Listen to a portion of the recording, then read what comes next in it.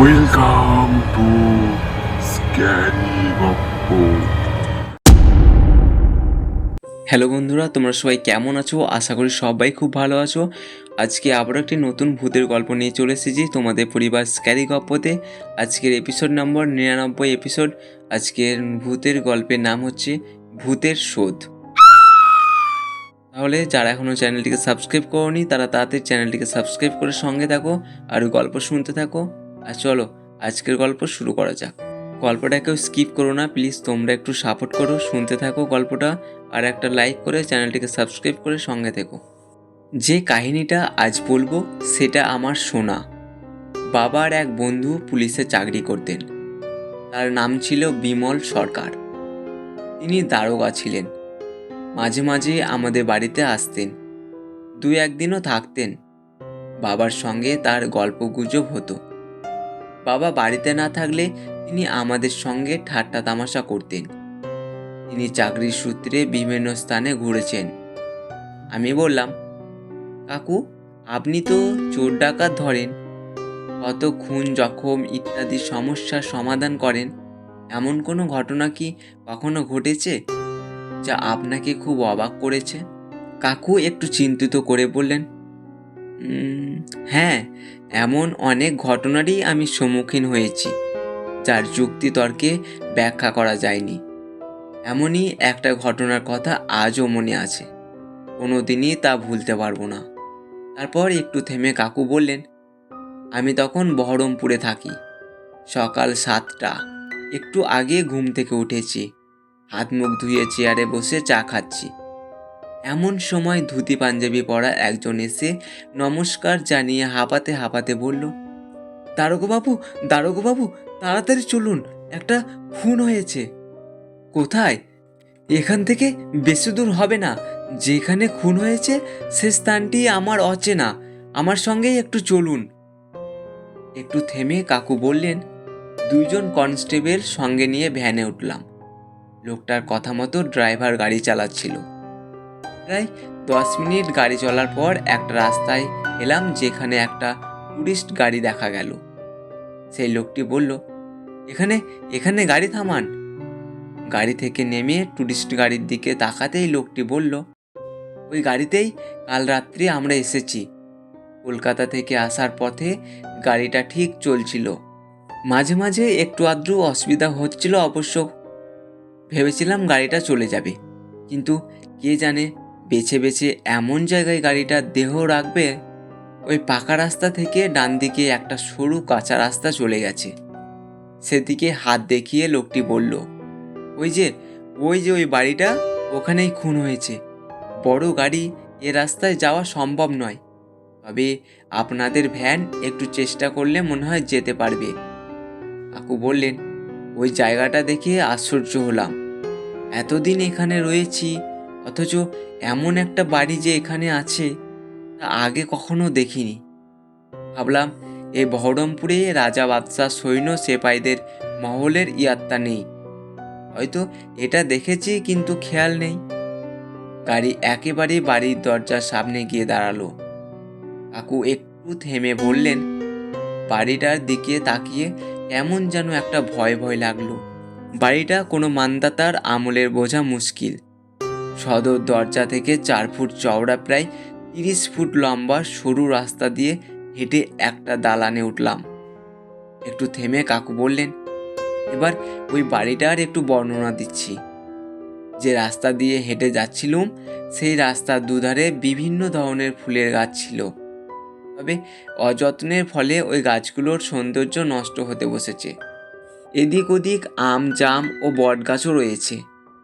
বাড়িটা কেমন যেন অন্ধকারাচ্ছন্ন। দালানে উঠতেই আর একজন ধুতি পাঞ্জাবি পরা লোক এসে বলল, আসুন দারোগাবাবু, এদিকে আসুন। লম্বা বারান্দা দিয়ে হেঁটে যেতে গিয়ে দেখলাম 4খানা ঘর। বিপরীত দিকেও 4-5খানা ঘর ছিল। ঘরগুলোর মাঝখানে ছিল দোতলায় ওঠার সিঁড়ি। ঘরগুলো বারান্দার সঙ্গে যুক্ত। লোকটার নির্দেশে শেষ ঘর অর্থাৎ 5ম ঘরে প্রবেশ করে বুঝলাম সেটা একটা হল ঘর। রাজা বাদশাদের আমলে নাচ গানের আসর বসত বললেই মনে হয়। সঙ্গে 2জন কনস্টেবলও ছিল। ঘরে প্রবেশ করে দূরে চোখ পড়ল একটা মৃতদেহকে ঘিরে রয়েছে কয়েকজন। এক সুন্দরী মহিলা বুক ফাটা কান্নায় ভেঙে পড়েছেন। একজন বৃদ্ধ কেঁদে কেঁদে মহিলাকে সান্ত্বনা দিচ্ছে। আমাকে দেখেই বৃদ্ধটি বলে উঠল, এই যে দারোগা বাবু, দেখুন আমার সর্বনাশটা কিভাবে হলো। একটু শান্ত হন, যা হওয়ার তা হয়েছে, আর একটা কিনারা তো করতে হবে। ব্যাপারটা আমাকে একটু পরিষ্কার করে বলুন দেখি। ওই যে আমার একমাত্র বংশধর মলয় চৌধুরী, ও এমন কি অপরাধ করেছিল যে ওকে এমন ভাবে মারলো? আশ্চর্য হয়ে গেলাম, কে মারলো তা তো জানি না। একটা দেওয়ালের দিকে আঙুল তুলে বৃদ্ধটি বলল, বৌমা মেরেছে। ওই দেওয়াল থেকে দুটো অদৃশ্য হাত এসে ছেলেটাকে গলা টিপে মেরেছে। আমি রেগে বললাম, কি সব যাতা বলছেন? একজন বলল, কাল রাত্রে আমরা এই বাড়িতে আশ্রয় নিয়েছিলাম। লম্বা একজন লোক ছাড়া এ বাড়িতে আর কাউকে দেখিনি। যোগী পুরুষ বলে মনে হয়েছিল।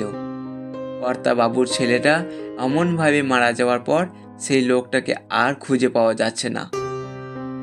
আমাদের মনে হয় ওই লোকটাই দারোগা বাবুর মৃত্যুর কারণ। আমি বললাম, ব্যাপারটা কেমন যেন, আপনাকে পরিষ্কার করে বলি শুনুন। কলকাতা থেকে কর্তাবাবু ছেলেকে বিয়ে দিয়ে ছেলে বউকে নিয়ে বাড়ি ফিরছিলেন। বাবুর বাড়ি কল্যাণীতে। জিনিসপত্র দেখে শুনে নিয়ে গোছগাছ করতে করতে বেলা গড়িয়ে গেল। সারাদিন টিপ টিপ বৃষ্টি পড়ছিল। আমাদের গাড়িতে কর্তাবাবু, তার ছেলে, বউ সব মিলিয়ে আমরা 7 জন ছিলাম। গাড়িটা হঠাৎ এই রাস্তায় থেমে গেল। অবশ্য গাড়িটা এর আগেও একবার পথে স্টার্ট নিচ্ছিল না। ড্রাইভার বলল জল ঢুকেছে, তাই এমন হচ্ছে। একটু চেষ্টা করতেই গাড়িটা আবার চলতে শুরু করলো। কিন্তু এখানে এসে গাড়ি আর কিছুতেই এগোতে চাইলো না। ঠিক এমন সময় ঝড় জল শুরু হলো। চালক বলল, আজ কপালে দুর্ভোগ আছে। কর্তাবাবু রেগে বললেন, তোকে বারবার বললাম গাড়িটা ভালো করে দেখে নিতে। বাবু, গাড়ি তো ঠিকই আছে, খানিকটা পথ গাড়িটা যে জলে ডুবে এলো, আমার মনে হচ্ছে ইঞ্জিনটা অকেজো হয়েছে। সারা রাত এই গাড়িতে বসে কাটাতে হবে নাকি? তাছাড়া উপায় কি বলুন? এমন জল ঝড়ে কোথায় যাবেন? সকাল হলে যা কিছু একটা করা যাবে। কর্তাবাবু রেগে গিয়ে বললেন, আমাদের কথা ধরছি না, সঙ্গে একজন নতুন স্ত্রীলোক এসেছে, সে কি করে গাড়িতে বসে থাকবে? কিছুক্ষণ পর ঝড় জল থামলে আমরা দুজন গাড়ি থেকে নেমে এদিক ওদিক দেখতে একজন বলে উঠল, একটু দূরে একটা আলো দেখতে পাচ্ছি, মনে হয় কোনো বাড়ির আলো। সে কর্তাবাবুকে বলল, কর্তাবাবু, শুনে আসবো ওই বাড়িতে রাতটুকু থাকতে দেবে কি না? যা, সঙ্গে বন্দুক নিয়ে যা, যদি কোনো বিপদের সম্ভাবনা দেখিস বিনা দ্বিধায় গুলি চালাবি, যা হবে আমি বুঝবো। আমরা দুজনে মিনিট 5 হেঁটে গিয়ে এই বাড়িতে এসে পৌঁছালাম। বাড়িতে কেউ আছেন? দুবার ডাকার পর একজন বৃদ্ধ কিন্তু শক্ত সামর্থ্য পুরুষ এসে বললেন, কি ব্যাপার, কাকে চাই? লোকটাকে দেখে আমার কেমন যেন লাগলো। মুখ ভর্তি দাড়ি, গোপের চেহারাটা সম্পূর্ণ ঢাকা। সঙ্গের লোকটা বলল, এমন কিছু নয় দাদা, জল ঝড়ে আমার গাড়িটা বিগড়ে গেছে, আমরা পথে বড় বিপদে পড়েছি তাই। সে তার কথায় বাধা দিয়ে বলল, রাতটুকু থাকতে চাইছেন? হ্যাঁ হ্যাঁ হ্যাঁ, দেখুন বাড়িতে আমি একা থাকি, 2-1 জন মাঝে মধ্যে এ বাড়িতে থেকে গেছে, তবে চেনা জানা তো নয়। তা আপনারা কোথা থেকে আসছেন? আমি বললাম, আমরা কলকাতা থেকে আসছি, আমাদের কর্তাবাবু অনিমেষ চৌধুরী। তিনি কলকাতায় ছেলের বিয়ে দিয়ে বউ নিয়ে বাড়ি ফিরছিলেন। দেখুন না, এমন জায়গায় এসে গাড়ি বিগড়ে গেল। বৃদ্ধ লোকটি বললেন, কল্যাণীর অনিমেষ চৌধুরীকে আপনি জানলেন কি করে? ধনী গণ্যমান্য ব্যক্তিদের নাম কি গোপন থাকে? ওনারা তাহলে গাড়িতে আছেন? হ্যাঁ। বৃদ্ধটি কি ভেবে বললেন, ঠিক আছে আপনারা আসুন। বারান্দায় একটা বড় চওড়া সোফার উপর বসতে বললে বৃদ্ধটি অনিমেষ চৌধুরীকে অনুমানে শনাক্ত করে বললেন, আপনি জমিদার চৌধুরী? হ্যাঁ, অনিমেষ চৌধুরী, আমার প্রণাম গ্রহণ করুন বলে করজোড়ে প্রণাম জানিয়ে পুনরায় বললেন, আপনারা একটু বসুন, আমি এখানেই আছি। একটু পর একটা ঝোলা ব্যাগ কাঁধে নিয়ে দোতলা থেকে নেমে এসে বললেন, চলুন, ঘরগুলো তালা দেওয়া, তাই চাবি আনতে গিয়েছিলাম। ব্যাগের ভিতর হাত ঢুকিয়ে কি দেখে বললেন, ওই আপনার ছেলে মলয় চৌধুরী। ছেলে বউকে সুন্দর মানিয়েছে। ছেলের নাম আপনি জানলেন কি করে? একটু হেসে বৃদ্ধ বললেন, আপনারা আমার জানাশোনা তাই তো ডাকলাম। বলতে বলতে একখানা ঘর খুলে ফেললেন। এখানে রান্নার সমস্ত কিছু ব্যবস্থা আছে, আপনারা রান্না বান্না করে খান, আমি আপনাদের ঘরগুলো একটু পরিষ্কার করে দিই। কর্তাবু বললেন, না না, আমাদের খাওয়া দাওয়ার কোনো প্রয়োজন নেই, রাতটুকু থাকতে পারছি এই যথেষ্ট। রাতে উপোস থাকবেন? এতে আমার যে অমঙ্গল হবে। যা হোক, সামান্য কিছু, সে নাছোড়বান্দা হলে সামান্য কিছু খাওয়ার ব্যবস্থা করতে হলো। খাওয়া দাওয়ার পর আমাদের সকলকে একটা ঘরে, অর্থাৎ প্রথম ঘরে বরকনেকে আর বাকিদের শেষ ঘর থাকার ব্যবস্থা করলো। আমরা বরকনের ঘর থেকে আশ্চর্য হলাম। কারুকার্য করা পালঙ্কের উপর পরিপাটিভাবে বিছানা, পাশে সাজবার যাবতীয় প্রসাধনী, মোট কথা ব্যবহারিক যাবতীয় বস্তুই ঘরে রয়েছে। কর্তাবু বললেন, বা অপূর্ব, নতুন দাম্পত্য থাকার মতো উপযুক্ত ঘরই বটে। বাবা, আমার যেন কেমন সন্দেহ হচ্ছে, এত অতিরিক্ত আদর যত্ন করার পেছনে কোনো ষড়যন্ত্র নেই তো? না মা, না, আমি নামি লোক তাই এমন আদর যত্ন করছে, আর আমাদের কাছে আছে দুটো বন্দুক, ভয় কি? পকেট থেকে একটা পিস্তল বের করে তিনি বললেন, মলয়, এটা রাখো, কোনো বিপদ দেখলে গুলি চালাতে দেরি করবি না, 6টা গুলি ভর্তি করা আছে। দরজায় আঘাত করায় তালাটা ভেঙে গেল।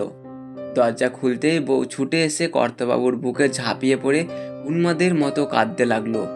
আমরা মেঝের উপর মলয়ের মৃতদেহ দেখে চমকে উঠলাম। তার চোখের মণি দুটো বাইরে বেরিয়ে এসেছে, মুখে ক্ষত বিক্ষত নখের আঁচড়। এত দূর বলে লোকটি বলল, এরপর আপনি ওনার বৌমার কাছে শুনুন। কাঁদতে কাঁদতে নতুন বউ বলল, কাল রাত্রে কথাবার্তা বলতে বলতে আমরা ঘুমিয়ে পড়েছিলাম। হঠাৎ আমার ঘুম ভেঙে যেতে যেতেই কোনো না কোনো তান্ত্রিকের ভয়ানক মন্ত্রপাঠ, জপতপ ইত্যাদির শব্দ কানে আসতে চমকে উঠলাম। ওকে জাগিয়ে বললাম, ওঠো না, কান পেতে শোনো, মনে হচ্ছে আশেপাশে কেউ পুজো বা জপতাপ করছে। তারপর একটু থেমে নতুন বউ বলল, ওনার ছেলের পিস্তল নিয়ে এদিক ওদিক ঘুরে ওই দেওয়ালটার কাছে গিয়ে বলল, শোন, এই দেওয়ালের পিছনেই কেউ যেন জপতপ করছে।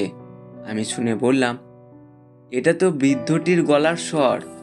নতুন বউ বলল, ওনার ছেলের ড্রেসিং টেবিলটা এই দেওয়ালের কাছে এনে বলল, দেওয়ালটা মনে হচ্ছে কোনো দরজা, তাই দরজা খুলে কেউ যাতে ঘরে প্রবেশ না করতে পারে, টেবিল ছড়াতে গেলে আমরা সজাগ হয়ে উঠব। ওনার ছেলে হয়তো কিছু বিপদের সংকেত পেয়ে থাকবে। ভয়ে আমাদের ঘুম আসছিল না। অনেকক্ষণ পর আমরা একটু তন্দ্রা মতো হয়ে উঠছিলাম। হঠাৎ তন্দ্রা কাটতে দেখলাম বিছানা থেকে 1 পা দূরে ওনার ছেলে পিস্তল হাতে দাঁড়িয়ে। ড্রেসিং টেবিলটা প্রচণ্ড মানে বাড়ছে। একটু পরে ড্রেসিং টেবিলটা আপনা আপনি এই দেওয়াল থেকে সরে গেল। দেওয়ালটা একটু একটু করে ফাঁক হয়ে গেল, আর ভিতর থেকে অবিকল ওই বৃদ্ধের আকৃতি ছায়া বেরিয়ে এলো। ওনার ছেলে বার 2 গুলি চালালেন, কিন্তু সেদিকে ভ্রুক্ষেপ না করে ছায়ার দুটো হাত এসে ওর গলা টিপে ধরল। আর আমার কিচ্ছু মনে নেই। আমি ছুটে এসে দরজা খুলতে না পেয়ে দরজা ধাক্কা মেরে চিৎকার করে বাবাকে ডাকতে থাকি। একজন বলল, আমরা অনেক চেষ্টা করেছি, কিন্তু এই দেওয়াল দরজা খুলতে পারিনি। এরপর বিমল কাকু আমাদের বললেন, দরজা আর দেওয়াল এমনভাবে তৈরি যে বোঝা যাচ্ছিল না তার পিছনে কোনো ঘর আছে। এমন চেষ্টা করে সেই দেওয়ালকে সরানো হলো। আমি এক কনস্টেবলকে সেখানে রেখে বাড়িটার দোতলার নিচে উপরে প্রায় 16 আনা ঘরের তালা ভেঙে ঘরে ঢুকে তল্লাশি করলাম।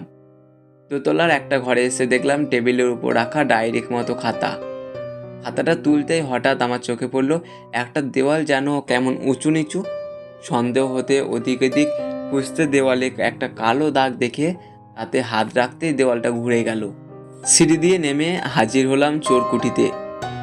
ওই ঘরে একদিকে দেওয়ালে মোটা বাটাম দেওয়া দেখে বাটামটা তুলতে দেওয়ালটা সরে গেল।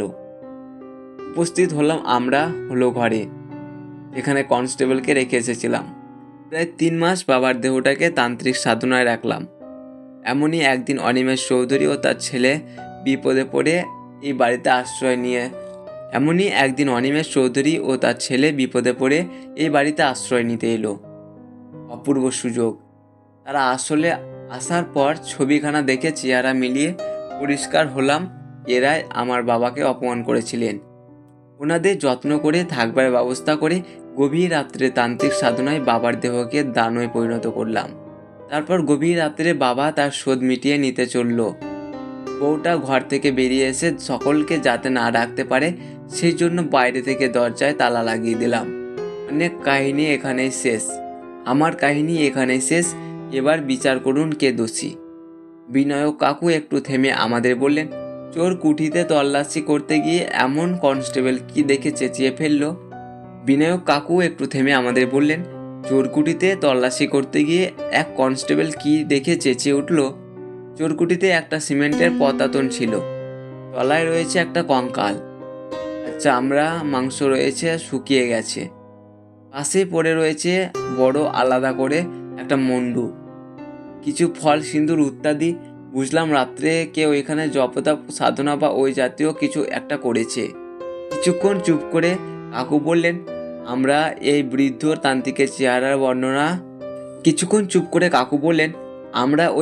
তান্ত্রিকের চেহারায় বর্ণনা করে কাগজে বিজ্ঞাপন দিয়েছিলাম, কিন্তু সেই বৃদ্ধ বলিষ্ঠ তান্ত্রিকের খোঁজ আজও পাইনি। আজকের এই গল্পটা তোমাদের কেমন লেগেছে অবশ্যই তোমরা কমেন্ট করে জানিয়ে দিও।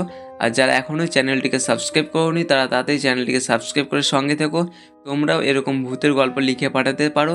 ডেসক্রিপশন বক্সে মেল আইডি দেওয়া আছে, সেখানে তোমরা গল্পটা মেল করে দিও।